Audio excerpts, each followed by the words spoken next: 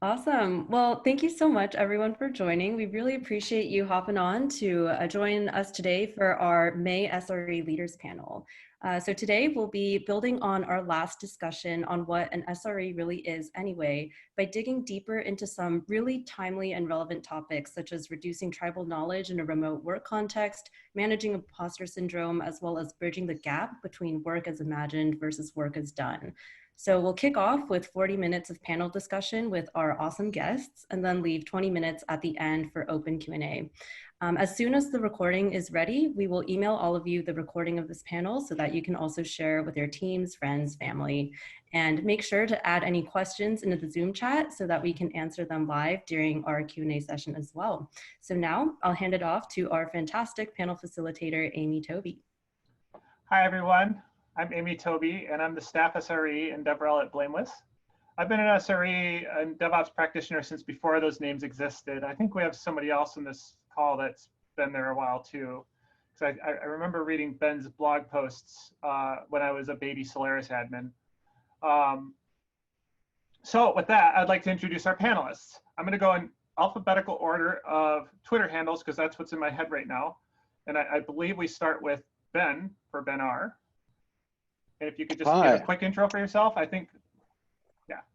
I am Ben Rockwood. I am the VP of Site Engineering at Packet, actually now Packet Equinix. So I got knocked down in the bureaucracy to director. Congratulations. Very exciting transition for us, especially given the interesting timing we've had this year. Prior to that, I was at Chef for a little over 4 years, doing operations there. And prior to that, for about 10 years, I was at Joyent, which was one of the first clouds ever to be created back in 2005. And before that was a consultant in the Valley. So yeah, I've been doing this way too long. And Morgan as Chronim on Twitters. Hi, I'm Morgan Schryver. I'm a senior site reliability engineer on the core team at Netflix. Before that, I was a senior SRE at Blizzard on the data platform and a few smaller places between. Probably been doing this less than a lot of the people on the call. I sort of stumbled into it because I was started out as a developer that figured out how to use Linux in a command line and just kind of got stuck with it. The classic SRE story. And Rein. Is Rein? Yeah, hi. I'm Rein Henrichs. I am a principal engineer at a company called Procore. If you haven't heard of us, we build software that powers the global construction industry. And I have sort of straddled the wall between dev and ops for most of my career. Great, perfect. So when we put these panels together, usually we sit down as a team and we think about like, who do we want to talk to and what do we want to talk about? And then, I poke a few people and we figure out who the crew is going to be. And so we put this together.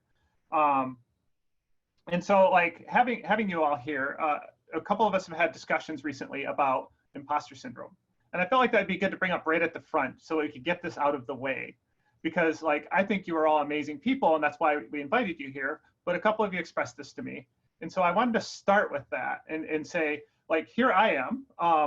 And like I mentioned a few minutes ago, when I was first learning Solaris, I was reading Ben's blog posts. And I know that Morgan is in a job that I used to do.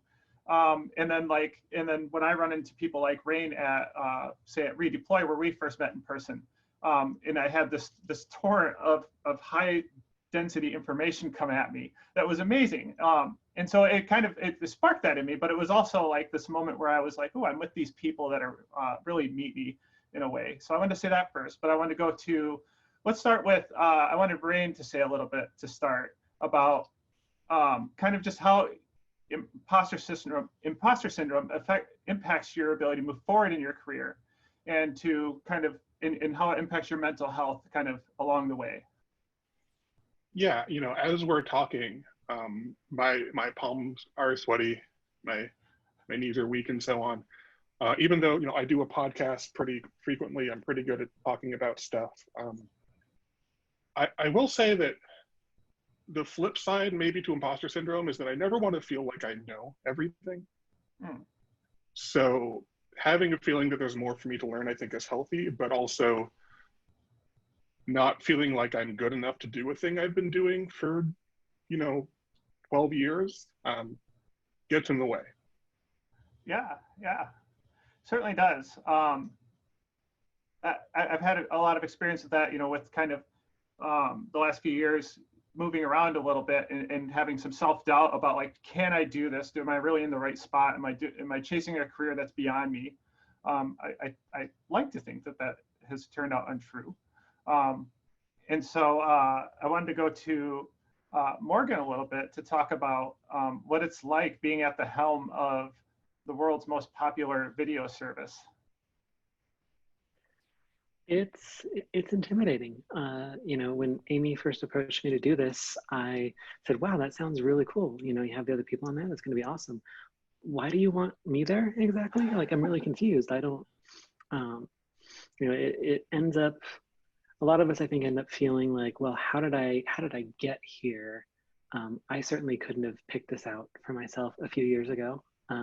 Even when I started interviewing early last year, there were some things that I considered sort of almost like moonshots that I didn't think were possible to achieve because, I don't know enough. There's so many people who have much more experience and are more articulate and do this so well that I didn't think I was really qualified. And then there's been this overwhelming amount of evidence and feedback from people, as one would expect at Netflix in particular, that no, you're doing this and this is exactly what you need to be doing. So keep doing it. And it's still intimidating. Even with that feedback, it can still feel scary. Yeah, and if I think I saw that Ben had a reconnection. Are you there, Ben? Yep, I'm here. Oh, okay, great. Because I wanted to go off what Morgan just said, which was great. Thank you. And you hire a lot of people like us, and probably talk to more than any of us do in a given month. And so what do you see in terms of like how, again, you can go back personal if you want, but I thought I'd take the opportunity to use your leadership experience to talk about how you see it impacting the people that work for you or that you're trying to hire. Yeah, I would say I really value humility and curiosity. And so when people, I think imposter syndrome is something that is healthy and necessary because it means that your passion is engaged, that you care about what you do, you want to do it well, you want to do it better, and you know that you could be better. And so it's a driving force that I think it can be very healthy. There's a balance though, right? You can't allow it to sort of stop you. If you think about like, pre-DevOps SRE, we just were sysadmins, you would refer to the person who didn't have the imposter syndrome as the graybeard, right? Or the bastard operator from hell, right? Nobody liked that person who knew everything and was unshakable. So I think to some extent, imposter syndrome kind of gets a bad rap. I think it's a necessary thing that we deal with. And if you think about, what do we call it in like a psychological context, it's the outplay of the Dunning-Kruger effect. Right, yeah. One of the reasons that imposter syndrome it gets stimulated in us frequently is that people who know very little about something, they just go to the website or they read the Wikipedia page, read up on some given technical topic, and they get this quick thing, and then they come back and they ask you questions as though they're an expert. And they will frequently ask you a question to which you, feeling like you are an expert or have some level of expertise, don't know the answer to. And all of a sudden you're like, oh, I'm a fraud. This person actually knows more about it than me. They don't. They absolutely don't. The thing though is that software is complex, the world is complex, scenarios are different. And so you couldn't possibly have done every different scenario. You engaged with a tool or a product or a problem set or an area of study to solve a certain problem. You know it from that direction. You may know it very deeply. You don't know everything. And so it only takes one person to sort of ask you about some aspect you haven't considered before. And all of a sudden you're on your hind leg and you feel like a fraud and you're scrambling to catch up. And if you're in a strong, supportive environment, that turns into curiosity, and you say, that's a great question. I haven't done that sort of thing before. Let me go find out. I'll come back. And everyone else says, great, because you're the expert and we're excited. If you're There's another not in part a on supportive that. environment, it comes off as accusatory, right? And it knocks people down. That's why culture is so important to us. It really is, yeah. There was another part of that I wanted to go to Rein on. You mentioned, we were talking about it a little bit in where we're setting up, which is when somebody gets to be what most of us would call a real expert. They tend to have less fast answers to questions and express a lot more uncertainty. And I know Rein has some deep philosophical stuff to point at. Well, you know, there's a simple answer to every question, which is it depends. Right. It's not a very satisfying answer, but it's often the best answer. One of the things, I think the flip side of imposter syndrome leading to growth is that it's also a sign of growth.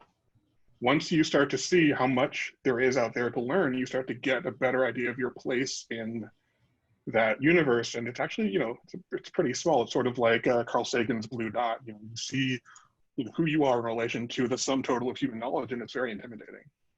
And it would be very difficult once you start to see this to think you're an expert on anything. Yeah, for sure. That was kind of where I wanted to go with that is when you have someone who is responding to incidents in a large infrastructure that a lot of people in the world care about, that will light Twitter on fire for a few seconds of downtime. It kind of puts you in a position of authority and ability to say things with confidence about that system. But the reality is, when you're dealing with the emergent behavior of that system, it's a lot less unclear. So Morgan, I wanted to bring it to you a little bit to talk about like how your experience in the last couple of years at Netflix of learning that system and kind of all the weird crap it does has changed how you look at your expertise in SRE as compared to like when you're at Blizzard and kind of more behind the firewall. It's definitely been an adjustment. It's been a challenge. Before coming to Netflix, I had worked on systems where I could have a pretty solid understanding of all of the moving parts going into it. You could page me for pretty much anything in different parts of the infrastructure at previous jobs, and I could probably solve it, or at least get you on the right track and get the right people in the room. When you come to somewhere like Netflix that has such a huge, sprawling infrastructure with such history and depth behind it, it's this recognition that comes to you that I will never understand this system in fullness. You know, there are people who have been on the team for years and years and years that are still learning about new things constantly. So it makes you feel a little less bad about it, but it kind of forced, for me especially, a very difficult mental shift in responding to incidents. And I was so used to previously, you know, getting paged and maybe this means something's wrong. So I'm going to go out, I'm going to investigate it, I'm going to fix it. Maybe I'll, you know, put the ticket in afterwards and someone might be interested in knowing what's going on. But a lot of the time, that would be the extent of it. People aren't really interested beyond that. You just do it. When it comes to, you just fix it and you let people know, and that's that. When it comes to doing incident response at Netflix, I rely on other people. I rely on other teams and their expertise, and they rely on me being succinct and pretty confident and moving quickly and owning the situation and directing it. You know, we call it incident commander a lot, and it does actually feel like that the role has to embrace a lot of those qualities. It's been difficult for someone like me, who I definitely consider I have a severe case of imposter syndrome, to go out and make these sort of almost absolute statements about, well, could you go ahead and do this, or making these calls, or calling for a region evacuation, and, you know, making those big decisions. And I want to have all of the information I think I might need to be absolute when I make that statement. And I've had to let that go. It's not possible, no. And it's been reinforced really well by my teammates, by the rest of the company. I've been in that position where I was the commander of an incident that made the news, and that was scary. But the next day, and even that same day, I was in a room with the rest of my team, and we were talking about all the things we thought we did great and the ways we felt good about how we responded, and definitely a constructive conversation about what we could have done better, where maybe our blind spots were, and how we could improve. But it was based on this foundation of, so we did this pretty well, and just being really happy with one another. And it's been a long, kind of like hard transition, but I've had that support to have this sort of psychological safety to know that I'm going to be wrong in a, you know, ops channel with over 1,000 people in it occasionally, and that's kind of has to be okay. Wow, yeah. I mean, I love that you pulled out that cultural element of support and safety and stuff, which feels like a great transition back to Ben, who mentioned culture earlier, and just kind of how I want to take this start to head toward that work is done thing, because I feel like it's a good segue to talk about how the team support system is so critical to we would say indirectly to our availability. But that, you know, the way you just described it and the way Ben mentioned it earlier and the way I've experienced it in my career is that it's directly related to our availability. And I wonder if you want to talk a little bit about that, Ben, how culture maybe, or if you feel it's indirect, contributes to the availability of our systems. Yeah, I mean, culture is fundamental to it, right? That psychological safety is definitely a key aspect. It only takes an engineer. Let me put it in a scenario. You're an engineer. You're working late one night. You're digging into a problem, and you notice something is broken. Nobody else knows. There's no alerts, but something's broken, and you should go and hit that bell to wake some people up and go deal with it. What do you do, right? The way that you handle that is going to be based on your personality and the culture at large. Are you going to get yelled at? Is there going to be finger pointing and blame? Or are people going to rally around and thank you for doing the right thing and pulling people together and working the problem? That's a scenario that happens all the time. There are plenty of people who you know, if it ain't broke, don't fix it, and they use some of these old adages to fall back on, and it leads to a fragile infrastructure. Right? Or things just get thrown in the backlog. People don't take ownership of things, and because they don't want to be the throat to choke, right? Almost any environment where somebody uses that expression, you know, what's the throat to choke, is just a broken, damaged, dangerous culture.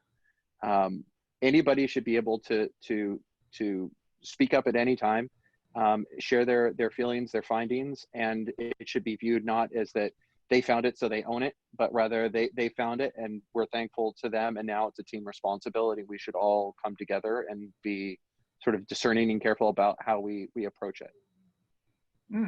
Absolutely. So something I heard was the one throat to choke, or the who do I blame, and all those kinds of behaviors. And so culturally, I want to go into a little bit where those come from and how they get reinforced, because we've all run into that in our careers. I'm pretty sure us in this speaking here and most of the people in our audience have seen this or are dealing with it right now.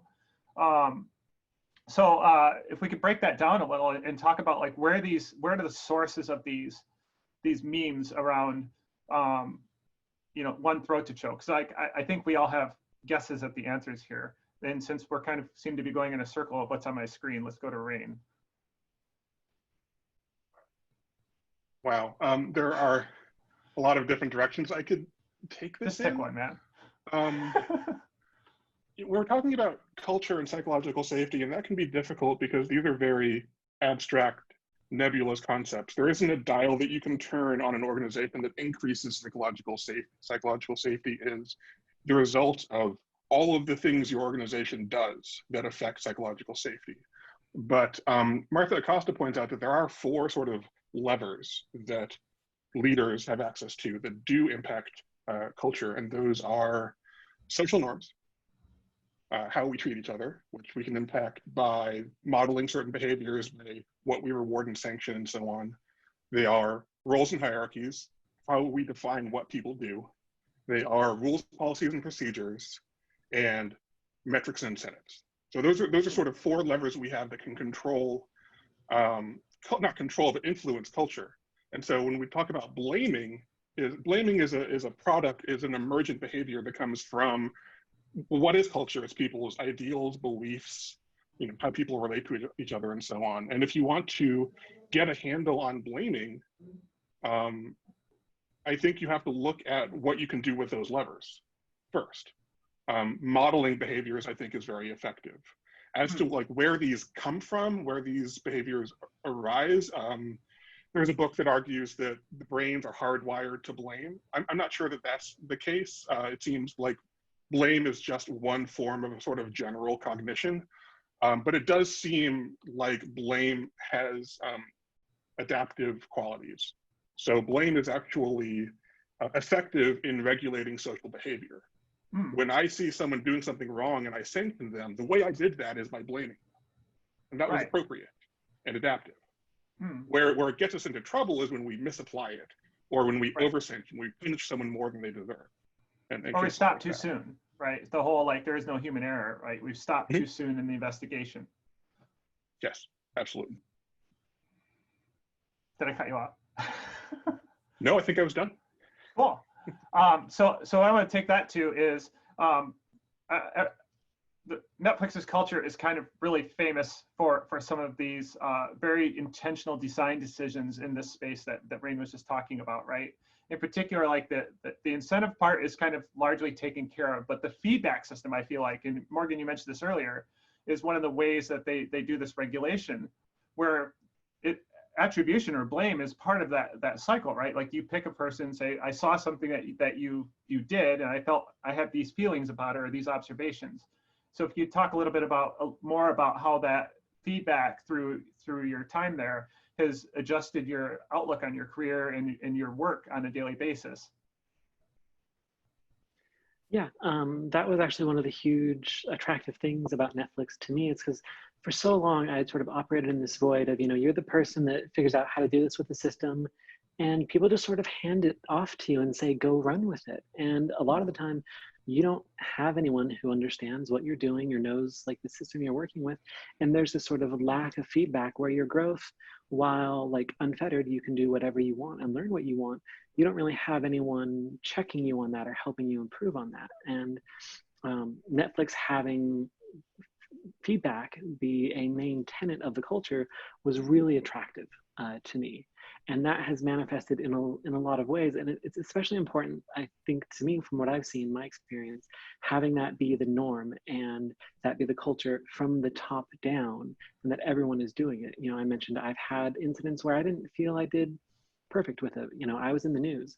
What helped was literally, I think, the day after, when the incident wasn't even fully solved and everything wasn't even steady, I scheduled meeting time with a few of the senior members of the team the next day, just literally to give me feedback. And I had the confidence going in that those people would make the time and would do that and would give me honest, constructive feedback that would help me improve, because they understand that, they call it the gift of feedback here. And it's very true of like, it is part of their job to point these things out to me and to help me do that. And that is how I was able to adapt to a lot of the things. Like I got feedback about I need to really own incidents more, and I need to be more decisive and clear in my communication, when I had almost this sort of proclivity from habit of diving in, and I'm going to go through and look at metrics and dashboards and really make sure I know exactly what I'm saying before I say it. I got feedback that is not what you need to be doing. That's not your job in this. Your job is to coordinate the efforts of people who can know that system and effectively make decisions on that local level while you coordinate those from the perspective of the whole system. I really like that interlock between the feedback, the kind of constant feedback, but also how it's incentivized on a regular basis, like highly incentivized in that organization. Ben, what do you do in that kind of space in your organizations in terms of like incentivizing feedback and kind of creating these positive feedback loops? A lot of team communication and making sure that we feel that it's a team responsibility, that it's not on anyone's shoulders, that no one person is responsible. That takes a lot of the pressure off and allows people to work more quickly and freely. And view it as incident management as an example here of being an iterative process, right? Let's, eliminate what we know. and don't know, and start drilling in, break up the team, and let's all band together so that it's a real team activity. It is really easy as an incident commander to get bogged down in wanting to check things, or not asking questions that that you could go and check on in the heat of it. Yeah, you definitely don't have time to do that, and that's not your responsibility, right? You have people who can do that, and you've got to lean on other people to go out and sort of grab all the information and bring it back to the team. And then having that strong postmortem activity where you can bring as many people together as possible to make sure that we feel, again, that it's a shared organizational opportunity and isn't falling on anyone's shoulders. So the shared postmortem experience is part of that cycle for you. But I think you came at it more the social side of that, right? Because most people focus on, like, you go to the postmortem to learn like what technically happened, right? As opposed to I think what you pointed out is that social element that's so critical. Yeah, I mean, as was said before, that process too of how could we have individually responded better, or what changes could we make to each of our roles and how we function in our roles to improve the process is definitely good.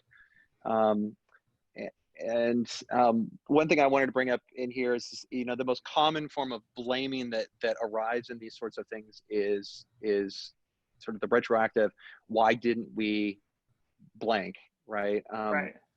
A lot of times I think we think about Blameless as being that we don't say, Bob, it was your fault, or Bob, you did this. But a lot of times it's actually the blame is going into sort of the backlog, right? We knew that this was a thing. Why didn't we do it? And it's always tempting in these things to go back through and sort of prune our backlog in a postmortem to determine, why is it that we knew it was an issue and now it's come up. And so obviously we should have had the foresight to know that of all the hundreds of things in our backlog, that was the one we should have done because it was going to bite us, right? But it could have been any of the others. So there's a number of ways that we kind of come back around to sort of blaming. And I think that the meta narrative here is that anytime we go from an organizational responsibility to an individual responsibility, we sort of set ourselves up for failure. Right. Yeah. I really like that. The transition is where the danger comes in more than the Rein, you got a thought on this. I can see it on your face. I really like what Ben said about there are 100 things in the backlog, and we know now that this is the one we should have worked on. But the question is, what did we know then? The question is, when we made the decisions we made, what was on our minds? If you start from the assumption that everyone is doing the best they can, then clearly we're prioritizing 100 different things and other things were higher priority. And if we had known what we know now, but we didn't. And so I think in addition to shifting attention away from the individual and onto the system, I think it's also good to try to do what Decker talks about, is get in the tunnel with the worker, figure out what the thing looked like, what the event looked like to them at the time. And that's the only way you can understand why they made the decisions they made. Right, absolutely. And that brings us back to the engaging your experts as a coordinator in an incident, right? An incident commander, where you're literally in the tunnel with them in most like IT incident command scenarios.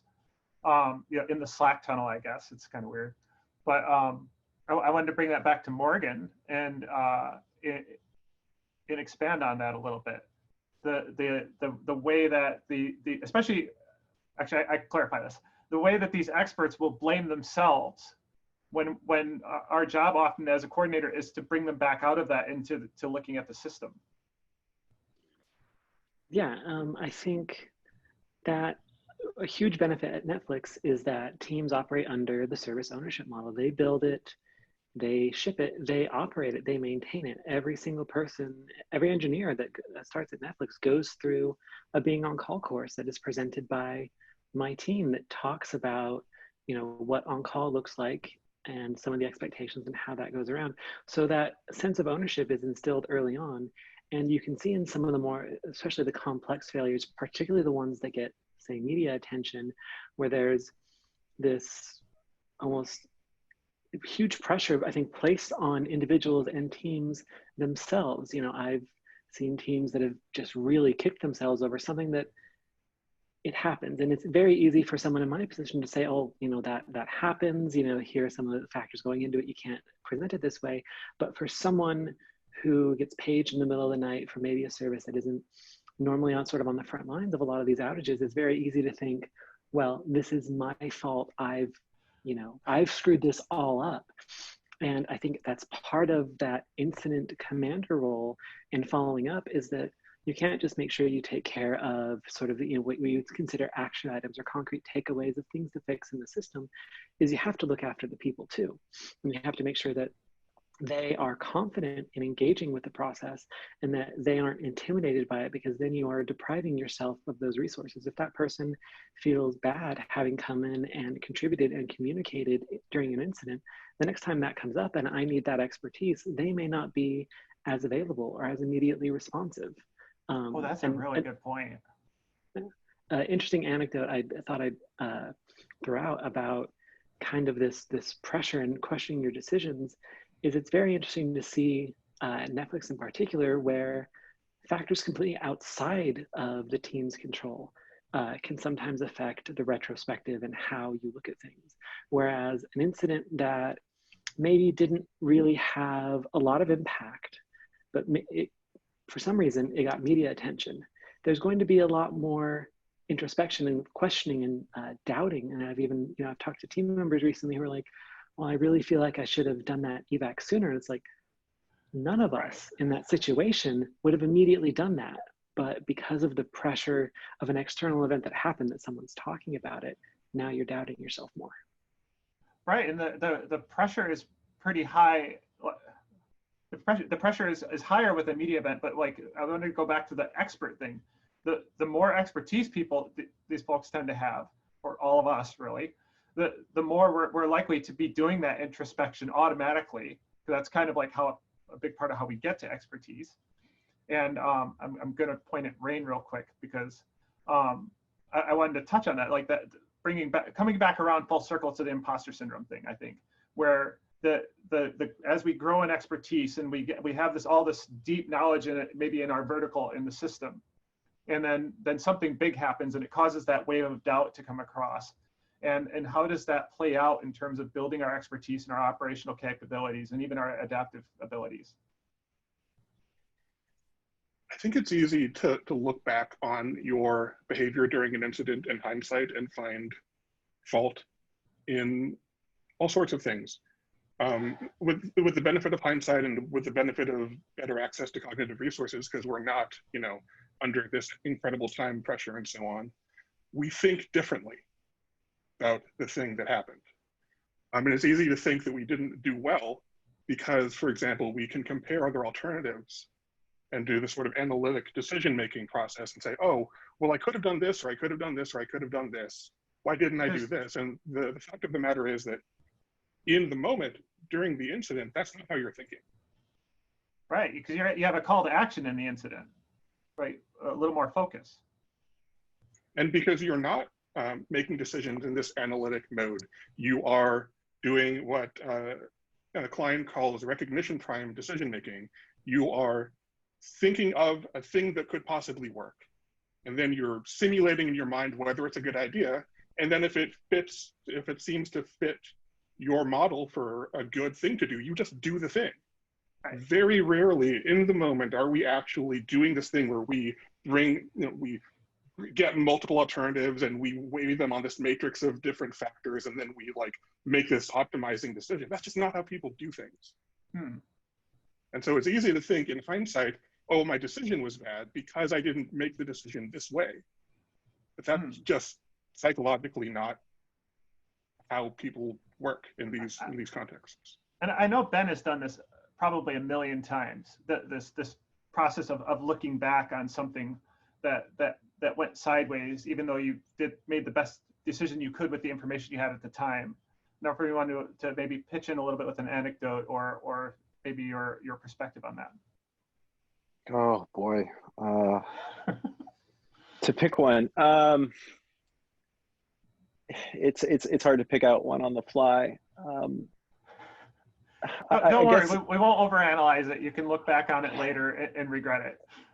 no, but I would say in meta, one of the things this causes me to think about is, when in incidents, in postmortems, I guess if you think about sort of biologically even, growth normally is associated with a certain amount of pain or discomfort.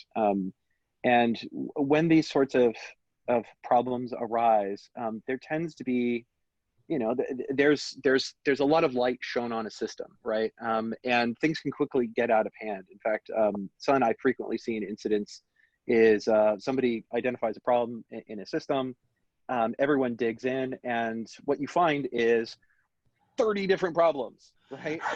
You can easily get to a point where you're like, what was the actual thing that's created this incident in the first place? I don't recall anymore. I found all these sort of things that are suboptimal. Being in that mode of investigating and searching for problems is a great learning opportunity. The challenge I have in a lot of incidents is that normally as soon as the incident is over, all that knowledge just falls to the floor. And so to me, in the postmortem process, the most important part is not necessarily like what happened and what were the contributing factors and all that. All that's important. The most important to me is sort of what did we learn, and in that moment, what other things did we sort of discover that we hadn't considered before and kind of came to the forefront? How can we capture all that learning to feed back into the system beyond just what happened, so that the entire system can become stronger in the future? Those are opportunities that just in a steady state on a good day, you're just not engaged in that kind of mode of thinking, and it's hard to replicate. Because if it ain't broke, don't fix it, right? No, and I mean, when you're, and once the incident is over, I mean, it's funny that, when there's an incident, if you feel any sense of responsibility, and in a lot of cases, if you have a good heart, you will feel some sense of responsibility. Right. Your heart sinks, right? And we all hate. That's the moment where all of us wonder why we decided to do this for a living, and we're wondering like if the 7-Eleven has an opening at the end of the street, and we hate our job and we hate doing this. But then you come together as a team, you get through it, you go through that postmortem. At the end of the postmortem, you still have a job, you didn't get fired. Everyone learned something, we have new things to do, and everyone walks away like, I love my job and I love doing this and everything is great, and it's all back on. But then you quickly switch, since a lot of us aren't on teams that just handle response, right? As soon as the incident's over, we're back to feature work. We're thinking about the future and all the things on the roadmap. We're not thinking about necessarily handling all that back work and all the system improvements. So trying to find that balance in the day-to-day is always a challenge. Absolutely. I'm going to give everybody else a chance if they want to pipe up on that. One thing I think is funny about like going to 7-Up is this interacts with my imposter syndrome in a way, is that when I hop in and I'm responding to an incident, in that moment, there's the sort of rush of adrenaline. And that's when I usually feel the best at my job. And for whatever psychological reason that is, I think there's certain people in the industry, similar to me, that it's like whatever the nerd version of like adrenaline junkie is, for some reason, getting paged and feeling like I'm doing my job makes me feel better. Now, when it comes to, in hindsight, and going and breaking down and thinking about where I wasn't effective, that's certainly when it creeps right back in. There's like a thing behind that. I remember from your talk, Rein, at Redeploy, with that introspection of the feelings. Like, so there's the adrenaline pop, right? And then Ben mentioned earlier, as you're going through and looking for stuff and you discover these other dark corners, you get that little pop of dopamine for, ooh, I found a thing that's broken, which might be the solution, but often they're not. You got to keep going, right? And so there's more to this, I think. Do you want to take a moment on that?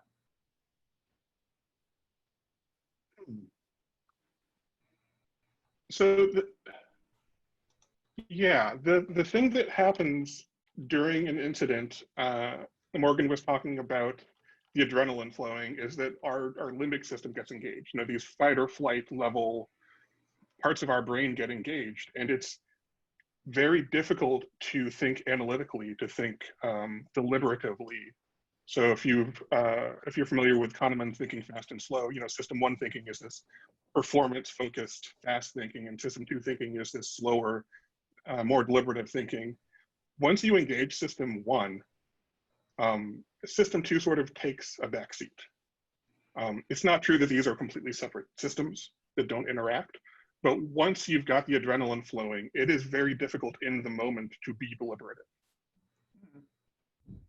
And a lot of what you're doing, sorry? I think we see that pretty large in society today, yeah. And a lot of what you're doing is responding to impulses, responding to these affective, value-laden evaluations that show up in our brain, because a lot of which are feelings. Oh, you know, that worries me, I should look at it. Did you think deliberatively about which, you know, metrics what part of the dashboard to look at? Maybe, but more likely you had this sort of instinctive thing that said, oh, I should look at this. That's adaptive. Yeah. There's a reason our brain works that way. Is it, I guess digging into that's probably a whole nother discussion. But I like that idea of thinking about it in terms of like what is our in the moment thinking, or kind of more like when we're laying awake at 2 a.m. reviewing all of our mistakes of our lives.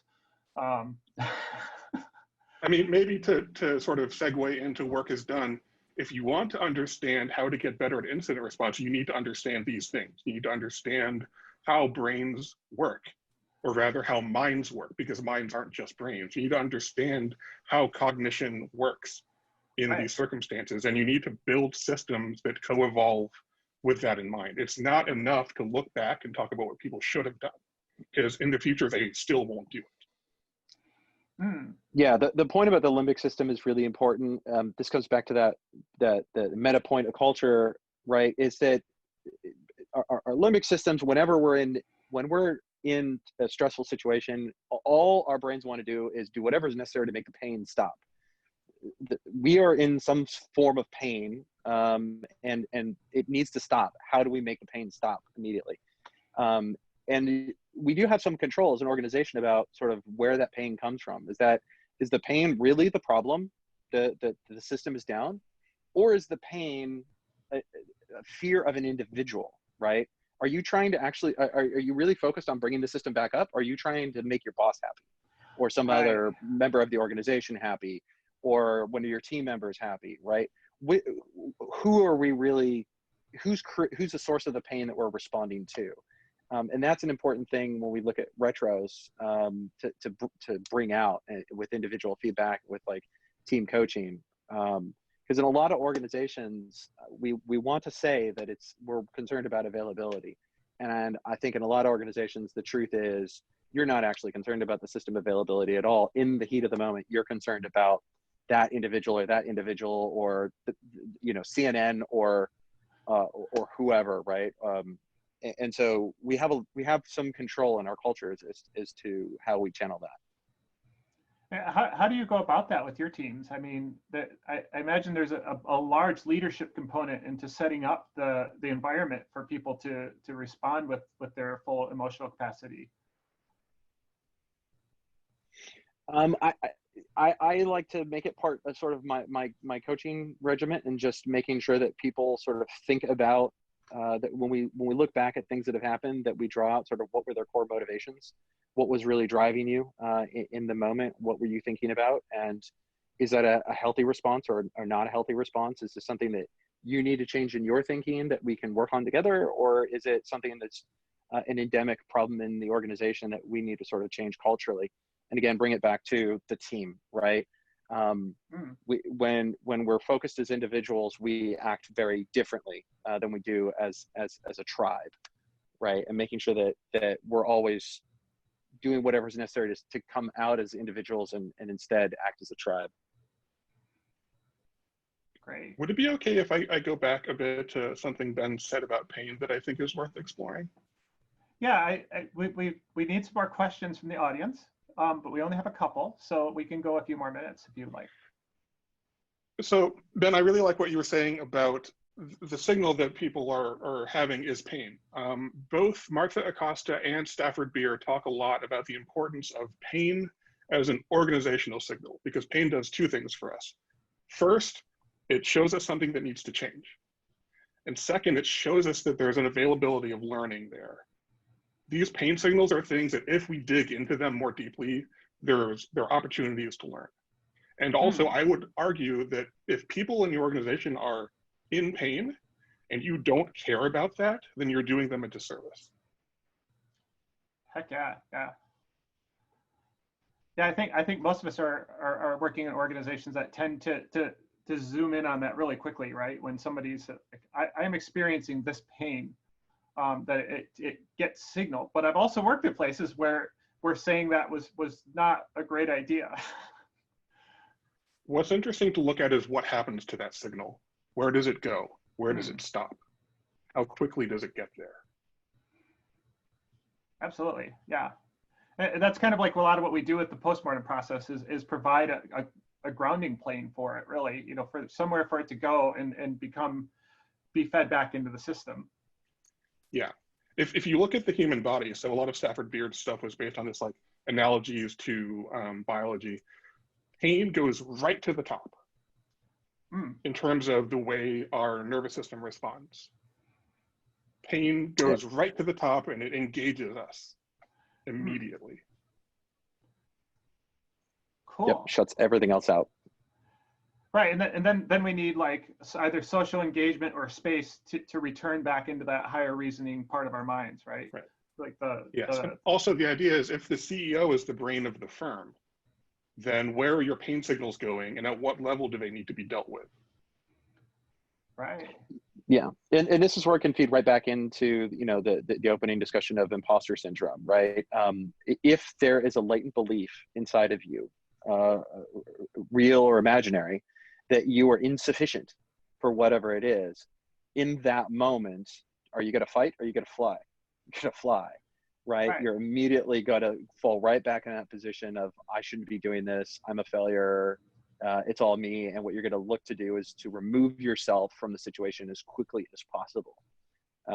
Which if it turns out that even though you feel like you're an imposter, you have the most knowledge about the system that's affected at the moment, that is not the moment we need you to disengage and run away. That's the moment we need to prop you up and bring you together. And so being open and sort of vulnerable as a team so that we understand when other team members might have that reaction, so that we can sort of sense in their voice, like, you know, oh, it looks like they're shutting down. This is, you know, in this moment, let's come around and rally them.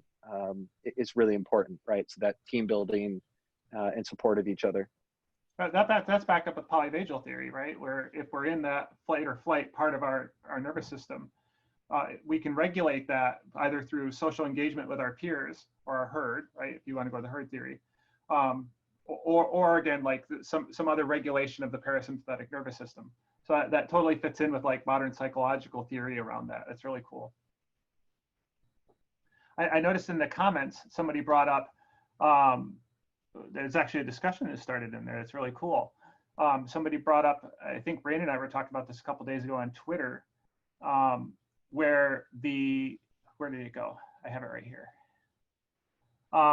The idea that this, the pain goes up into the organization, then gets absorbed at some level and then stops and then becomes, and it creates that frustration, right? Because I've engaged, I've been vulnerable and shown my pain to my leadership tree, and then nothing ever happens.